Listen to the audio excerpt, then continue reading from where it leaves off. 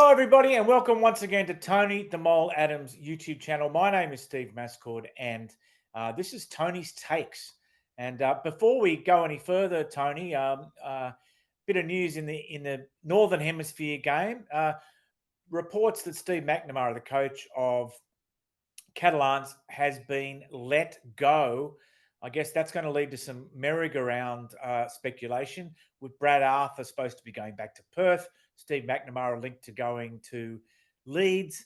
What are you hearing about these appointments, Tony? Are the Bears any closer to appointing a coach? Well, the latest one, just to complicate things, Steve, we have Sam Burgess being linked with the Perth Bears. So, yes, it certainly is a merry-go-round, and Brad Arthur's name has been linked with Perth too, of course. He was the favourite. Now it's Mal Meninga and Sam Burgess in a co-coaching role. So, yeah, it's fun and games, that's for sure. I just saw one post where a fan over here listed all the players that Brad Arthur was going to take with him to Perth. He listed about 10 players he's going to take from Super League to Perth. So I'm not going to repeat it because it's just someone on Twitter, but it just goes to show how crazy it is. Anyway, Tony, how was your weekend? Did you enjoy your footy at the weekend? What caught your eye? Yeah, well, the big thing was Origin, of course, Origin selection. I think, the two coaches came close, but I wasn't impressed with the way the Blues did it, in that two guys I would have put in the team, Appy Coruscant and Terrell May, played it Sunday night at 6:30, and the team would have been picked probably at lunchtime, but they both had massive games against Souths and missed out the 20-man squad totally. So it's something they've got to look at, something they've got to think about, and people are just shaking their heads as to how these two very good players missed the squad. Now, you in your column, which we invite everybody to read via the show notes, you question Jake Trbojevic as unavailable for selection due to concussion, but you question whether, and he's incumbent captain, isn't he? So you question whether he would have made the side anyway. Yeah, not just incumbent captain, but incumbent winning captain. And I don't think the Blues have ever dropped a winning captain. I don't think Queensland's ever dropped a winning captain. So it probably would have been a little bit of unwanted history for Jake. But look, remember last season, he was only getting 20 minutes a game. And this season he's had his struggles with concussion. He hasn't done an awful lot. So I don't think Laurie Daly would have picked him coming in as a new coach, of course, or an old coach coming back. It's his team, and I just can't see that Jake would have made it. But really, he can thank his lucky stars, Laurie, because it took a bit of heat off him and made a very difficult decision, a non-decision. Tony, I'm getting this item out of the way so I can get out of the way saying it. Mark Nawa Kwanatuase, he got man of the match for the Roosters in that amazing try score, one of the best tries I've ever seen against the Bulldogs last week. But he also, strangely enough, he's moving into the centres this week against Cronulla. And even though he's man of the match last week, you're saying he could be a target for the rest of the season. Yeah, well, it might be a good thing he's moving into the centres, because if he was on the wing, last weekend he dropped 6 bombs. Now, it was wet and windy, but I can't remember a guy dropping 6 bombs.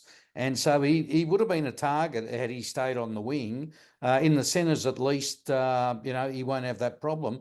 And don't get me wrong, he's a class player. And that try scored, something to relate to your Northern Hemisphere viewers, Steve, a Spanish journalist with no connection to rugby league, as far as I can tell, put it on Twitter and got 13 million hits. So that amazing try where he had 1 foot over the touchline, 1 foot in the air, ran round the corner post and put it down in the corner, that everyone's already calling the try of the year.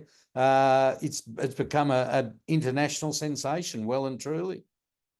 And it deserves it. It absolutely deserves it. I was doing the sort of producing the radio. I guess it's pretty basically playing out ads during the Sharks game this week. So I kind of had one eye on the footy and one eye on my computer. But Ronaldo Mulitalo got under a lot of people's skin for kind of nuanced reasons, not necessarily what he was doing, but that he wouldn't have got away with it in a previous era. Do you want to expand on that, Tony? Yeah, well, basically he was standing over players. He was mocking players for making mistakes.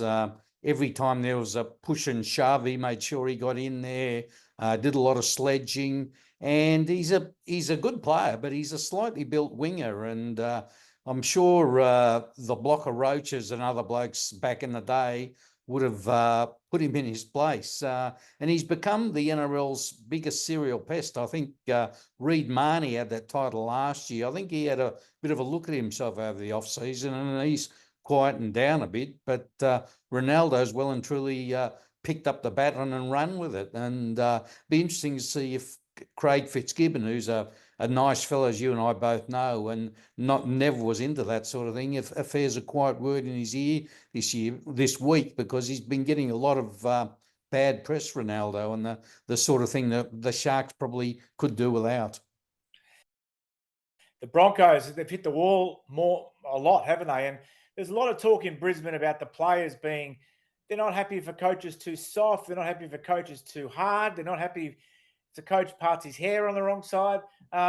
What's the answer up there, Tony?